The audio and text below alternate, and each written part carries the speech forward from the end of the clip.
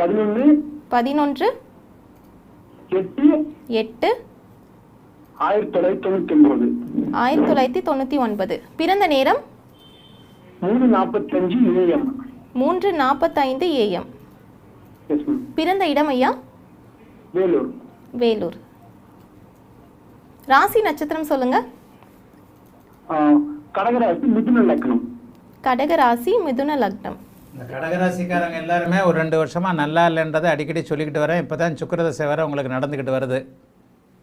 குருஜி வணக்கம் குருஜி. நல்லா இருப்பீங்க. ஆயில நட்சத்திரக்காரங்களாம் அழுதுகிட்டு இருக்கிறீங்கன்றதான் உண்மை. குருஜி நான் 10 வருஷமா அதுக்கு இருக்கேன் குருஜி. உங்ககிட்ட ரொம்ப நல்லா ட்ரை பண்ணிக்கிறேன் குருஜி. 2-3 வருஷமா கிடைக்கவே இல்லை குருஜி. கேது தசையும் அப்படிலாம் நல்லா இருக்காது. சுக்கிரதசை தான் உங்களுக்கு யோக தசை. கேது 8இல் மறைந்து சூரிய சந்திரனுடைய பார்வையை வாங்கி அப்படி இப்படின்னு கடுமையாக இருக்கிறார். இப்போ தான் சுக்கிரதசை உங்களுக்கு கிட்டத்தட்ட ஒரு 1.25 வருஷமாக சுக்கிரதசை. அந்த 1.25 வருஷம் சுக்கிரதசையில் அஷ்டமத்து சனிக்குள்ளே போய் மாட்டிக்கிட்டீங்க. இங்கே கடகராசிக்காரங்க எல்லாருக்கும் ஒரே பதில் தான் சொல்லுவேன். இது போர் அடிக்கிற பதில்.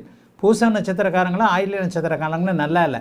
அப்பாயின்மெண்ட்டில் டைரெக்டாக ஜாதகம் பார்க்க வரக்கூடிய அத்தனை பேரும் பெரும்பாலான பேருக்கு பூச நட்சத்திரம் ஆயில்ய நட்சத்திரம் தான். ஆகவே இன்னும் ஒரு 6 மாதத்துக்கு எதுவும் நடக்காது.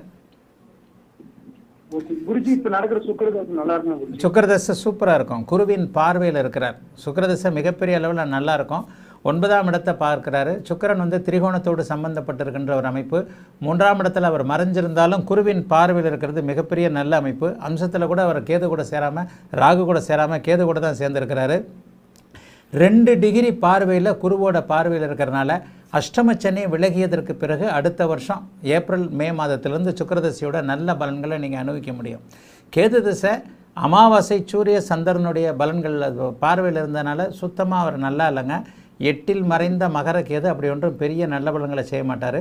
ஆனால் சுக்கிரதசை தான் உங்களை ஸ்டாண்டர்ட் ஆக்கக்கூடிய திருமணம், புத்திரபாக்கியம், வேலை, தொழில், உங்கள் வயதிற்கு ஏற்றார் போல் சுக்கிரதசை தாங்க படிப்படியாக நல்லாயிருக்கும். வாழ்த்துக்களுங்க, நல்லா இருப்பீங்க.